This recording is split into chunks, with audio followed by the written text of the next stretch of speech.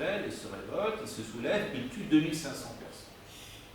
Le matin, à l'aube, Nader, quand il apprend ça, il devient fou furieux, et il décide de faire payer toute la population. Et il ordonne un massacre général. Massacre général, donc permission de tuer, piller, maisons, boutiques. Le bilan varie entre 80 000 et 250 000 tués dans la ville de Lille. Voilà, dégâts considérables. Et le mois de mai 1939, alors ça prend plusieurs jours, ça prend des jours et des semaines pour charger les chameaux du trésor, tellement c'était important. Parmi les trésors apportés, comme vous le savez, le diamant le plus célèbre de tous les temps, le Koh-i-Noor. Et puis le Dalio et nous, qui peut se traduire par mer de lumière, et le trône du Pan. Donc ça, c'est les trois prises principales, les plus fameuses. Et le montant de ces richesses atteint de tels sommets que Napoléon peut se permettre d'annoncer au peuple iranien que pendant 3 semaines, il n'y aura pas de perception d'impôt. 3 ans. Pendant 3 ans, pardon, il n'y aura pas de perception d'impôt. Pas d'impôt pendant 3 ans. Et il a noté que la défaite du Grand Mogol, ça va aussi avoir des répercussions donc, au niveau politique régional, parce que ça va affaiblir à tel point donc, cette région que la compagnie donc, britannique des Indes orientales va pouvoir s'implanter définitivement, durablement dans cette région. Voilà donc pour la Grande Guerre. Et donc maintenant on va passer à la fin. Alors pardon, alors, oui, ça aussi, c'est la guerre de Karnal. C'est donc une fresque qui est célèbre. Alors malheureusement, je n'ai pas pu avoir lieu comme photo. Ça se passe dans le palais des 40 colonnes à Ispahan. C'est très difficile d'avoir des photos, c'est très grand, c'est en hauteur, il y a toujours des réverbérations, il y a toujours la réflexion de la lumière. Donc je n'ai pas pu faire mieux. À gauche, là, vous voyez Nader Shah avec une massue, et à droite, voilà, vous avez ici Mohammad Shah, c'est la mêlée, ça tire dans tous les coins. Et puis voilà, il y a des choses assez drôles. Vous voyez par exemple cet éléphant qui attrape le cou avec sa trompe, le cou d'un guerrier perse. Enfin, il y a des têtes par terre. Voilà. C'est la mêlée. Donc ça, c'est cette fameuse donc, qui se trouve dans le palais des 40 colonnes à Ispahan. Alors, la fin de l'aventure. Alors, vous voyez Nader Shah et ses fils. Vers la fin de sa vie, Nader Shah, il devient aigri. Il devient suspicieux. Il n'a pas arrêté de faire la guerre, et de nouveau, donc il recommence avec les fameuses taxes et les impôts. Il se méfie de tout le monde, même de son propre fils. Il devient à moitié fou, donc il pète des plombs, et il va jusqu'à ordonner qu'on lui crève les yeux à son propre fils, qui était le fils héritier, qui s'appelait Reza Walid Mirza. Il est pris de remords, il accuse son entourage, il dit c'est à cause de vous. Et il fait massacrer aussi donc un certain nombre de personnes de son entourage. Il ordonne des actes de torture à tout va. Par exemple, il ordonne que le gouverneur de Kerman, donc on le fasse passer sa tête par le trou d'un mur, qu'il fait attacher avec des cordes et fait tirer par 4 taureaux. Donc il souffre 1000 morts jusqu'à passer de vie à trépas. Pour les impôts, quand ceux qui refusent de payer des impôts, on leur coupe la tête. Si la somme n'est pas récupérée, la femme et les enfants, ensuite la famille, ensuite le quartier, ensuite toute la tribu, jusqu'à ce que les taxes soient récupérées. Il ordonne au gouverneur, il leur dit ceux qui ne payent pas, vous apportez la tête de ceux qui ne payent pas. Soit vous apportez l'impôt, soit vous apportez la tête de ceux qui ne payent pas. Et si vous n'apportez pas la tête, c'est votre tête qui va y passer. Donc vous voyez un peu l'ambiance. Voilà, de la fin de sa vie. Alors, on est en 1747, Nader Shah, alors tout le monde n'en peut plus, hein, ils sont dans le Khorasan, donc sa province natale, pour réprimer un soulèvement contre les impôts, justement. Et là, donc je me refais à un autre titre aussi, où il est, donc, cette période est racontée, d'un certain Lawrence Lockhart, a critical study based mainly upon contemporary sources, qui raconte donc cette séquence, et donc ça a été traduit dans ce livre en persan, ça n'a pas été traduit en français, mais ça a été traduit par mon père en persan dans ce livre. Une nuit, Nader Shah convoque ses chefs pour dire écoutez, moi, ça on savait déjà, il est complètement parano, je pense que ceux qui sont autour de moi ne me protègent pas, vous allez prendre des officiers, tous ces gens-là qui sont autour de moi, vous allez les mettre à mort le lendemain matin. Il y a un domestique, donc un serviteur géorgien, qui entend parler de ça, et il se dit, oh là là, il faut que je prévienne, donc ces équipes-là, il va vite voir les généraux, les officiers, il dit, voilà, demain vous êtes mis à mort. Et ceux-là disent, c'est nous ou c'est lui, il faut en finir le plus vite possible. La nuit tombée, ils se rendent devant la tente de Nader Shah, et ils sont tous terrifiés, personne n'ose y aller, il n'y a que 3 personnes. Il n'y a que 3 personnes qui osent y aller, donc Mohammad Khan Qajar, et donc un officier qui s'appelle Saleh Khan et puis un autre, et ils se rendent donc dans cette tente se trouve une jeune femme Qajar qui s'appelle Chouki, qui est donc la fille de ce Mohammad Hassan Khan Qajar, auprès de qui Nader passe la nuit. Ils entrent, elle les voit arriver, elle réveille Nader, il se réveille furieux, donc il tire son sabre. Normalement ils vont finir très mal tous les 3, mais c'est un coup du sort. Nader, qui a pu s'en sortir dans les pires des guerres, dans les pires des situations, il trébuche contre une sangle de la tente qui est traînée par terre, il tombe, il essaie de se relever, et c'est à ce moment-là que Saleh Khan lui tranche le bras, et Mohammad Khan lui tranche la tête. La fin de la légende, ça va très vite, ils savent qu'ils vont finir le plus vite possible, et donc sa mort le 19 juin 1747. Donc c'est la relation de Lockhart, c'est aussi de James Fraser, donc un Anglais qui connaissait personnellement Nader Shah, et un médecin français, M. Bazin aussi, donc les relations concordent. Voilà. Donc, ça on est fini. Nader Shah, l'Empire s'effondre, et alors je ne sais pas comment on est par rapport au timing. C'est bon, je peux continuer? Oui. Ok. Alors, un commandant afghan de Nader Shah, il proclame son indépendance et il fonde une nouvelle dynastie, la dynastie des Durrani, qui va régner en Afghanistan jusqu'en 1826. Après Nader Shah, Karim Khan Zand, parce qu'après les Afshar, il va y avoir une dynastie des Zand. Donc ce Karim Khan Zand, c'est un général de l'armée de Nader. Il vient au pouvoir. Il laisse aux descendants de Nader, il dit voilà, votre père s'est bien occupé de moi, grâce à lui j'ai réussi ma carrière, je suis devenu un personnage important, je vous laisse le Khorasan. Toute petite province par rapport à l'ensemble de l'empire de Nader Shah. Et les Afshars continuent à régner donc sur cette province du Khorasan. Après la mort de Nader, alors là, tous les autres, ils disent on va s'occuper de sa famille maintenant. C'est l'heure des règlements de compte. Et son neveu, qui s'appelle Ali Roli Khan, il va se surnommer Adel Shah. Il avait une telle haine qu'il voulait faire disparaître toute sa descendance. Il va faire tuer les épouses, dont les épouses enceintes. Tout le monde y passe, sauf le petit-fils de Nader qui s'appelle Shor, fils de Bezoroli. Donc Bezoroli, dont Nader avait crevé les yeux. Donc Bezoroli les yeux crevés, et son petit-fils, Shor, qui est épargné par donc Adel Shah, le neveu de Nader Shah. Et ce Adel Shah, il s'en prend aussi à la famille Qajar. Alors après les Indes, ce sera les Qajar. Donc on est bien d'accord, on a les Safavides, Afsharides, les Indes et les Qajar.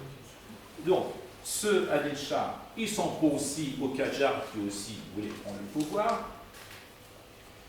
Et donc, il combat Mohammad Hassan Khan Qajar, il emprisonne son fils et le fait castrer. Il dit comme ça, je suis tranquille, il n'y a pas de descendance. Et donc, ce sera, en l'occurrence, il s'agit de Enro Mohammad Khan Rojor, qui sera le premier roi de la dynastie Qajar. Enro Mohammad Khan, le roi eunuque. Comme ça, on le surnomme. Mais plus tard, donc, ce même Adel Shah, il va se faire arrêter par son propre frère, Ibrahim Khan, qui deviendra Ibrahim Shah, et qui le fait aveugler à son tour. Donc Adel Shah est à son tour aveuglé. Alors il n'y avait pas de LBD à l'époque, mais il savait le faire pour aveugler les gens. Et du côté de la branche légitime, donc qu'est-ce qui reste? Reste Shah, le petit-fils de Nader Shah. Il monte sur le trône, Et une année plus tard, il est destitué, il est aveuglé, et puis plus tard, de nouveau rétabli sur le trône. Il va régner 48 ans, mais uniquement sur le Khorasan. Après, les Indes, donc c'est les Qajars qui viennent au pouvoir, avec Muhammad, Muhammadran, donc l'eunuque. Alors je vais vous montrer. Voilà, donc ça c'est le représentant de Muhammadran, il est ici, et vous le voyez, il est un verbe, donc on représente un verbe, donc eunuque, et donc le roi castré. En même temps, c'était quelqu'un d'une grande cruauté, et donc aussi adepte de la guerre et des combats. Alors, Muhammadran, il fait assassiner et crever les yeux du dernier shah de la dynastie Zand. C'est décidément une manie. Hein. Donc, les derniers chahs de la dynastie Zand, ils s'emparent du trône, ils fondent donc maintenant la dynastie des Qajars en 1794. Voilà. Il attaque le même Muhammadran, il attaque le Khorasan, il fait arrêter et torturer Shahrukh, donc le dernier Afsharid. Nader Nizar, le fils de Shahrukh, il se sauve, il abandonne son père, il abandonne son vieux père, et donc il prétend à la couronne de Perse, mais il se fait emprisonner, on lui crève les yeux aussi, on lui coupe la langue, et c'est la fin du dernier prétendant à la succession de Nader Shah. Voilà, donc on peut souffler pour ce qui concerne donc, la bio de Nader Shah, donc ça s'est terminé très mal, donc une dynastie quand même qui n'a pas duré très longtemps, mais qui a repoussé donc les frontières de la Perse dans des proportions absolument inégales. Maintenant, on va parler du territoire. Voilà, donc l'empire de Nader Shah. Donc vous savez que l'avènement de Nader Shah correspond au déclin des Safavides. Le pays est morcelé, ennemi de l'extérieur, ennemi de l'intérieur, ottomans, arabes, russes, turkmènes, de pillages, des massacres. Avec Nader Shah, on assiste à l'avènement d'un gouvernement central qui est fort et uni. Et donc les différentes ethnies et tribus sont réunies sous un même drapeau. Et l'Iran redevient une superpuissance au Moyen-Orient. Et on dit que l'étendue de ces territoires est devenue l'équivalent de ce qu'était l'étendue des territoires sous les Sassanides. Donc, la dernière dynastie pré-islamique. Alors, les possessions de Nader Shah, donc Azerbaïdjan, Afghanistan, Baloutchistan. Alors, le Baloutchistan, ce qu'on appelle le Baloutchistan, en fait, c'est là, hein, c'est l'ancien nom du Pakistan. Le Turkménistan, Géorgie, Bahreïn, donc Géorgie, c'est par là. Bahreïn, c'est par là, je repasse tout petit. Bahreïn, Qatar. Le Daghestan, par ici, le Daghestan. Et Azerbaïdjan, Arménie, Qatar, Cachemire, voilà. On dit que, donc, comme je vous disais, le pays a retrouvé les frontières du temps des Sassanides, c'est absolument sans précédent. Maintenant, on va passer aux choses intéressantes, le trésor. Le trésor, je pense que ça va intéresser ces dames. Alors, on va commencer par les petites choses. Hein. Le lourd, on va laisser pour plus tard. Donc, c'est une aigrette, c'était très à la mode, avec une émeraude. Ça se trouve au musée, alors c'est un incontournable, hein, quand vous allez à Téhéran, c'est les musées, alors qu'on appelait d'abord les joueurs de la couronne, et qu'on appelle maintenant le trésor national. Une aigrette, en émeraude, 65 carats, avec un détail, vous voyez, c'est un beau gros caillou, et donc la mode, c'était le porter sur son chapeau, comme ça. Donc, voilà, ces dames, si vous avez l'émeraude, vous avez un chapeau, donc vous pouvez lancer la mode avec l'aigrette, donc c'était très joli. Ça se portait comme ça. Et ça, c'est un bouclier serti de pierres précieuses qui appartenait à Nader Shah. Dans toujours le même musée, les épaulettes de Nader Shah, qui étaient, donc c'était constitué de diamants. Du diamant sur les, donc ça devait chatouiller les épaules, et puis donc aussi l'épée de Nader Shah sertie de diamants, de pierres précieuses, pardon. Ça c'est ce qu'on appelle le portique de Nader au mausolée de l'imam Reza de Mashhad, parce que comme il avait rapporté beaucoup d'or, donc c'est des œuvres pieuses il avait fait donc construire ce portique et donc décoré de feuilles d'or. Et maintenant, on va passer au lourd. Le diamant d'Ayoyelul, la mer de lumière. Ça se trouve donc au musée des joyaux de la couronne. C'est l'objet le plus précieux du musée. On dit qu'il n'a pas de prix et qu'il sert à, comment dire, ça sert de garantie pour la monnaie iranienne.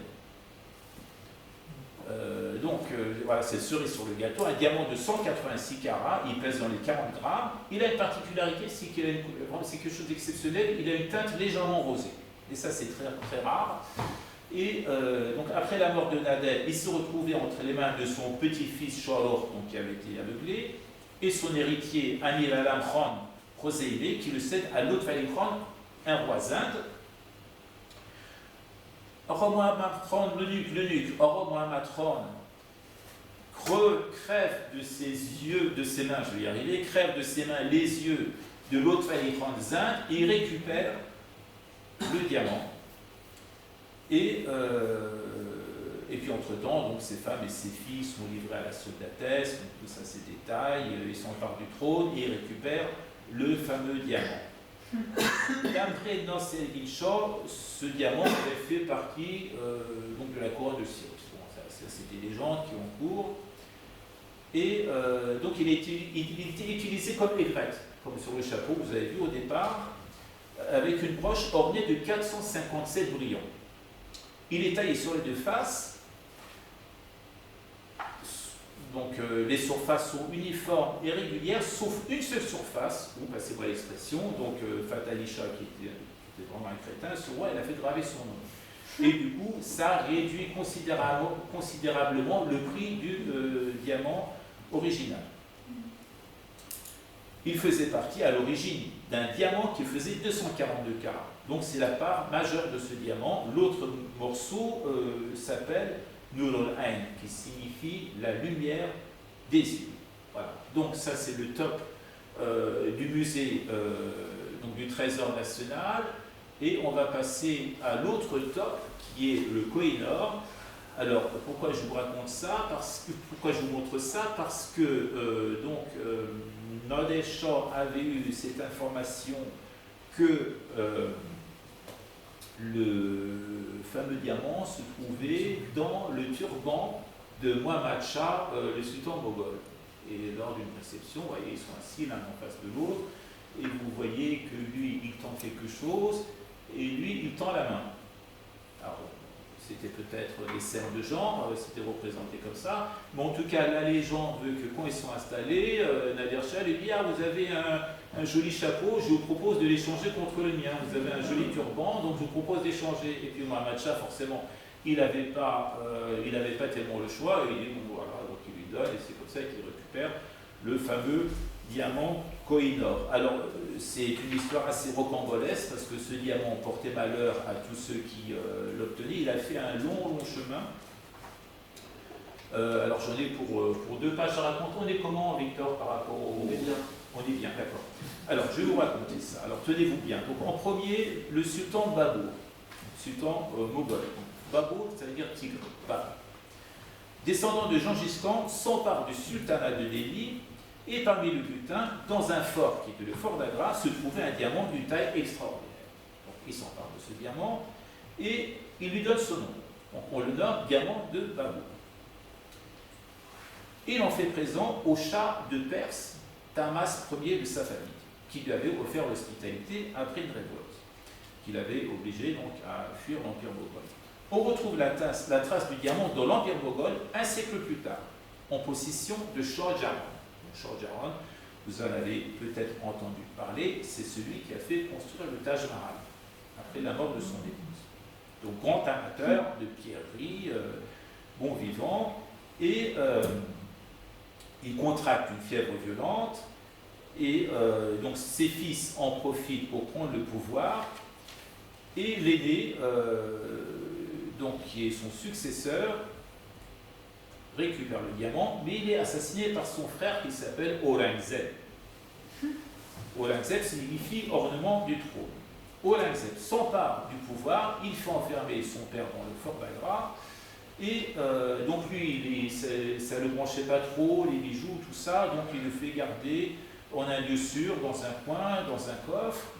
Et à ce moment-là, donc, il y a une révolte d'une tribu qui était la tribu des Maraths, qui étaient eux les défenseurs des hindous, puisque le nord c'était musulman, le sud c'était hindou, donc ils se révoltent, l'empire se délite, et donc il est poursuivi par les Maraths, et donc Aurangzeb, il se retranche dans la ville d'Ahmednagar, il a à son tour saisi d'une forte fièvre, il perd connaissance, il meurt à l'âge de 89 ans, son fils Bahadur Shah, il monte sur le trône, et donc ses fils, ses petits-fils, ils se livrent à une guerre fratricide pour récupérer le pouvoir et les trésors. Vient le petit-fils Muhammad Shah, dont on a parlé longuement à l'occasion de la guerre de Karbala. Il ramène une certaine forme de stabilité, c'est un alcoolique, c'est un débauché, il n'était jamais sans une maîtresse dans ses bras et un verre à la main. Voilà, c'est comme ça qu'on l'évoque. Le roi de Perse, donc ça vous le savez, Nader Shah arrive, donc il s'empare du trésor et du Koh-i-Noor. Alors donc, il lui manquait l'essentiel, justement, ce diamant qui à l'époque s'appelait le Grand Mogol. Donc je vous ai raconté une des concubines de Muhammad Shah, lui dit c'est dans le turban. Il le récupère, je vous dis comment. Et en découvrant, donc quand il voit ce diamant, il est absolument fasciné, il est ébloui par les reflets, il a l'impression de contempler une montagne de lumière.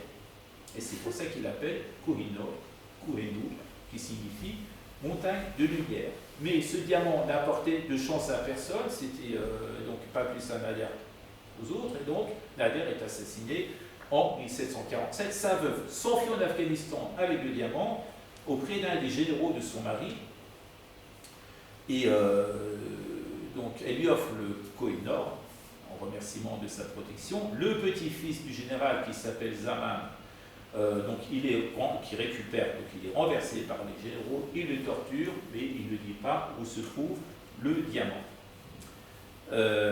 Et par la suite, donc, son frère Mahmoud le libère et Zaman lui offre le Koh-i-Noor. Donc il est chez les Afghans. Par la suite, donc c'est un nouveau roi, donc Rajat Singh, surnommé le lion du Pendjab, qui prend le pouvoir, et donc le Koh-i-Noor. Il ne se sépare jamais de son joyau, il exhibe fièrement, donc il le montre partout sur le bras, hein, vous avez vu comment c'était la mode, il agrafe à son turban, il le monte en bracelet. Et le neveu du gouverneur général des Indes, il voit ça. Et donc les Britanniques aiment aussi bien les bijoux, ils se disent, tiens, on voit ça, il ne faut pas qu'on le laisse passer. Ils en connaissaient l'existence depuis longtemps. Petit à petit, l'Angleterre grignote les territoires indiens, ils annexent le Pendjab, et tous les biens sont confisqués au profit de la Compagnie des Indes orientales, dont le Koh-i-Noor, qui est confisqué par la Compagnie des Indes orientales, et plus tard, en 1850, donc autre date à retenir, il est offert à la reine Victoria de la part de cette compagnie, et c'est depuis ce moment-là qu'il figure sur la couronne britannique, qui, comme vous savez, donc les jouets de la couronne se trouvent dans la tour de Londres. Alors, autre bijou, le trône du Pan. Alors, le trône du Pan, on dit, alors, le trône du Pan n'existe plus aujourd'hui. Ça faisait partie des trésors qu'avait récupéré. Alors ça, c'est pas le trône du Pan originel, ça faisait partie des trésors qui avaient été ramenés par Nader en Iran, et c'était quelque chose d'absolument fabuleux. Et alors le voyageur français Jean-Baptiste Tavernier raconte à propos de ce trône du Pan qui avait été donc la propriété de Shah Jahan, qui avait construit donc le Taj Mahal.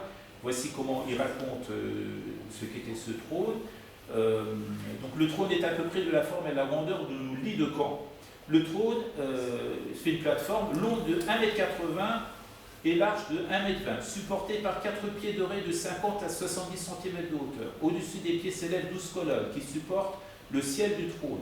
Les pieds étaient décorés de croix de rubis et d'émeraudes, ainsi que de diamants et de perles. Il y avait en tout 108 grands rubis sur le trône et 116 émeraudes. Les 12 colonnes ont soutenu le ciel, qu'on appelait la canopée du trône, et Tavernier évalue ce chef-d'œuvre en or massif, serti de 26 733 pierres précieuses. 26 733 pierres précieuses. Il évalue à 12 millions de livres tournois, je ne sais pas ce que ça veut dire, mais en tout cas, ça équivaut à la somme dépensée pour la construction du château de Versailles entre 1600 et 1660 et 1680. Alors, ça, c'est le vrai trône du Pan que Nader avait ramené de l'Inde. Il est assassiné en 1747, le trône disparaît, il est détruit, je suppose chacun emporte un morceau, et on n'en entend plus parler. Ce trône que vous voyez s'appelle le trône nadéri, qui n'a pas été construit par Nader Shah, mais qui a été construit sous ordre de Fath Ali Shah Qajar. Donc, souverain Qajar, c'est celui-là que vous voyez en Iran. Il comporte 22 000 pierres précieuses. Et il y a donc un autre trône aussi que vous verrez, donc ça c'est le palais du Golestan au sud de Téhéran. Donc vous voyez à gauche ce dont j'ai parlé, à savoir le trône nadéri, et à droite ce qu'on appelle aujourd'hui le trône du Pan, mais qui n'a rien à voir avec le trône d'origine, qui a été construit pour Muhammad Shah, souverain Qajar, le père de Nassereddin Shah. Alors pourquoi l'appeler comme ça? Parce que Fath Ali Shah donc, est tombé amoureux d'une belle géorgienne, 8 ans, elle avait 8 ans, la peau blanche, les yeux bleus, les cheveux blonds, donc c'était les critères de beauté, hein, là-bas, le summum de la beauté, c'était cheveux blancs, yeux bleus, cheveux blonds, yeux bleus, et puis quoi encore? La peau claire. La peau claire, merci. Et donc quand il est en âge de se marier, il l'épouse, et ce sera le lit nuptial. Donc c'est là qu'ils vont passer la nuit des noces. Et cette belle géorgienne s'appelait Torvus, qui signifie Pan, Mademoiselle Pan. Et c'est pour ça qu'on a appelé ce trône du Pan. Donc si vous allez, les gens vous disent, ah, bah, c'est le trône du Pan qui a été rapporté par Nader de l'Inde, bah, il ne faut pas le croire, ça a été construit par les Qajars. Et pas pour les mêmes raisons, donc ça s'appelle Torvus à cause de cette belle géorgienne. Voilà. Et ça se trouve donc dans la salle du salut du palais du Golestan. Et là, vous avez donc une statue qui représente Nassereddin Shah assis sur le trône. Et alors, pour finir dans les bijoux, alors ça, c'est pas le trésor, c'est le non-trésor de Nader Shah, parce qu'il l'a jamais eu entre les mains. Est-ce que vous avez vu le film Topkapi? Donc, c'est un cadeau du sultan ottoman pour Nader Shah. Donc c'est la pièce maîtresse de ce musée de Topkapi, c'est la pièce la plus précieuse. Il avait prévu d'en faire cadeau à Nader Shah. Il y a donc une expédition qui se dirige en Iran. Avant d'arriver à la frontière, ils apprennent que le Shah a été tué. Alors vite, ils font demi-tour avec le poignard, ils disent c'est pas le moment d'y aller, et ils retournent, ils le remettent dans le palais Topkapi. Et depuis, donc il se trouve là-bas. Avec ma femme et ma fille, on était il n'y a pas longtemps, on est allé voir s'il était bien à sa place. Il est bien là. C'est une reproduction, hein, c'est pas l'original. Bien sûr, l'original ne se retrouve pas là. Et alors, vous remarquerez qu'il a donc, 3 grosses émeraudes. Les émeraudes donc, des deux côtés sont arrondies et l'émeraude du centre est de forme rectangulaire. Alors, que je pourrais vous en dire. Ah oui, alors il y a aussi autre chose, c'est que, alors il y a une 4e émeraude qui est moins évidente. Alors je n'ai pas pu trouver, je suis désolé, de photos plus grandes, vous l'avez, elle est là. Donc c'est comme une sorte de clapet, c'était bon, et en dessous c'est une montre. Et une montre en dessous. Alors ça faisait très chic, c'est-à-dire que le roi aurait pu, donc il sort son truc, clac. Il le lève, c'est l'heure de faire un thé chicha, quoi. Donc c'est le fameux ça faisait très classe. Et donc ça fait, donc c'est une merveille que Nader n'a jamais vue, que l'on peut voir au musée du Topkapi de Istanbul. Voilà. Alors une petite séquence shopping. Alors là, donc ça c'est le fameux film, le film Topkapi dont je vous ai parlé, de Jules Dassin. Alors, une aventure rocambolesque où ils arrivent à récupérer le fameux poignard et se font arrêter à la fin. Alors, séquence shopping, donc quelque chose à rapporter d'Iran, donc c'est le fumier, donc c'est des objets très raffinés, normalement c'est en papier, mâché, peint et laqué, et j'ai trouvé donc cette photo, c'est absolument magnifique, un fumier qui représente qui représente quoi? La bataille de Karbala. C'est d'une grande finesse, absolument magnifique. Alors ça va coûter une petite fortune. Et donc ce plumier a été présenté lors d'une exposition au musée Malek de Téhéran. Alors les plumiers, vous en trouvez un peu partout. Il y a des représentations traditionnelles. C'est influencé aussi un peu de l'art européen. Donc des scènes traditionnelles persanes, des scènes de chasse, des scènes bucoliques, des concours de polo, des guerres, des motifs floraux, des thèmes animaliers. Donc très bel objet à rapporter d'Iran. Voilà, donc un petit focus. On voit Nader Shah sur son cheval.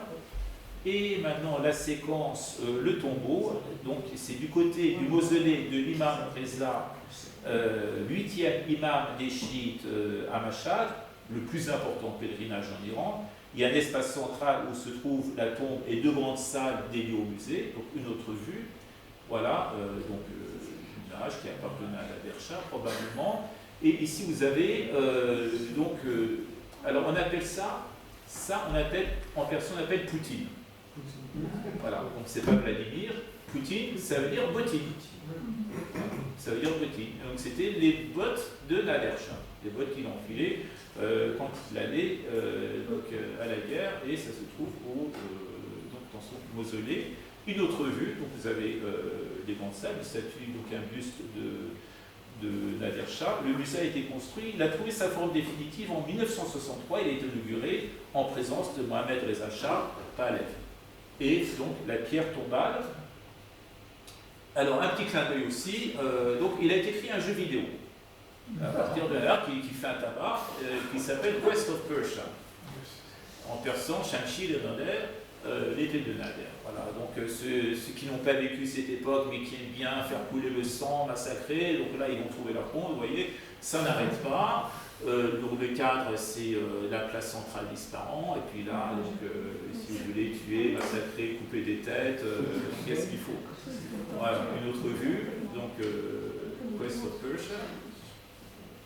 Et une autre vue, donc a priori c'est devant l'entrée du bazar sur la place centrale d'Ispahan. Et vous les voyez tous avec leurs sabres, ils font les beaux. Voilà, donc un petit clin d'œil vers un jeu vidéo. Et puis maintenant, donc un petit coup d'œil aussi sur la généalogie. Vous voyez ici donc Nader Shah, son fils dont il a crevé les yeux, son petit-fils dont on a aussi crevé les yeux, et donc son neveu, donc le fils de son frère, qui s'est proclamé Shah, donc qui a crevé les yeux et dont on a crevé les yeux par la suite, et Ibrahim Shah, donc le dernier de la lignée. Et puis, donc, une petite surprise aussi, puisque ça continue. Et vous voyez ici donc une généalogie qui a été reprise d'après le livre de Laurence Lockhart, qui avait donc fait des longues études sur Nader Shah. On reprend depuis le début, donc ici vous avez Nader Shah, et ici on reprend l'aîné, le fils aîné, hein, parce que ça allait de fils aîné en fils aîné. Ici vous avez Reza, donc l'héritier. Alors le fils aîné, normalement c'est Shahrukh, donc le petit-fils, et vous continuez ensuite le fils aîné suivant, vous arrivez là, et ainsi de suite, fils aîné, et vous arrivez à Esmaïl Mirza. Alors je la fais court. La suite de la généalogie, on arrive à donc c'est Ismaïl Mirza, fils aîné, et donc qui a donc toute une ribambelle d'enfants qui sont là. Et ici, vous avez mon grand-père paternel. Donc l'aîné de l'aîné de l'aîné de l'aîné. Vous arrivez à mon grand-père paternel, son frère et ses sœurs, et forcément, donc ça va continuer ici. Ici, vous avez mon grand-père maternel et mon père. Mon père qui est dans ses bras. Donc ça se passe ici, et puis ici vous avez donc, donc ses deux frères et ses deux sœurs. Donc il y avait deux frères et deux sœurs, voilà. Et alors donc on en est à 9 générations, de l'aîné à l'aîné, et on arrive donc ici mon père, ma mère, mon frère et moi. Et donc quand on arrive à mon frère et moi, ça fait 10 générations. Donc on compte 10 générations, et mon frère et le fils aîné du fils aîné. Donc il est là. Moi, je suis là. On est là, ensemble, donc c'est la photo la plus récente. Et vous avez ici, donc la descendance. Donc normalement, le trône reviendrait à mon frère. Parce que c'est l'aîné. Bon, après, sauf accident. Bon, après, on se pose des questions, peut-être que, voilà, c'est arrivé par le passé, ça peut peut-être s'arranger. Mais bon, je l'aime bien, et puis, bon, ça vaut peut-être pas trop le coup maintenant, parce que les rois sont pas bien faits. Donc, mon frère, et puis c'est le fils, et donc lui s'appelle Nimor, lui s'appelle Ménon, et lui c'est le fils aîné. Donc, normalement, 11e génération. Donc, c'est-à-dire que s'il y avait une succession, s'il y avait une transmission de la royauté, ça arriverait à lui. Donc, c'est le dernier. Et ici, vous voyez donc ma grande fille qui se trouve là-bas, et donc ma petite fille qui est là avec un costume traditionnel, non pas de la tribu Afshar, mais bon, des tribus iraniennes. Et donc la descendance, la 11e génération, et voilà. Donc ça dure toujours, ils sont toujours là. Mais bon, il vaut mieux oublier parce que j'ai l'habitude de dire, alors il y a beaucoup de descendants de rois et de princes en Iran. Il y a eu, jusqu'à il n'y a pas longtemps, il y avait encore une dynastie royale. J'ai l'habitude de dire qu'en Iran, la moitié de la population se dit descendant de rois et puis l'autre moitié descendant de prophètes. Donc il y a beaucoup de, voilà, il y a beaucoup de prétendants et il vaut mieux ne pas s'engager et d'aller chercher donc une quelconque descendance de ce côté-là. Voilà, bon, ben, je vous remercie pour votre écoute et puis je suis à votre disposition.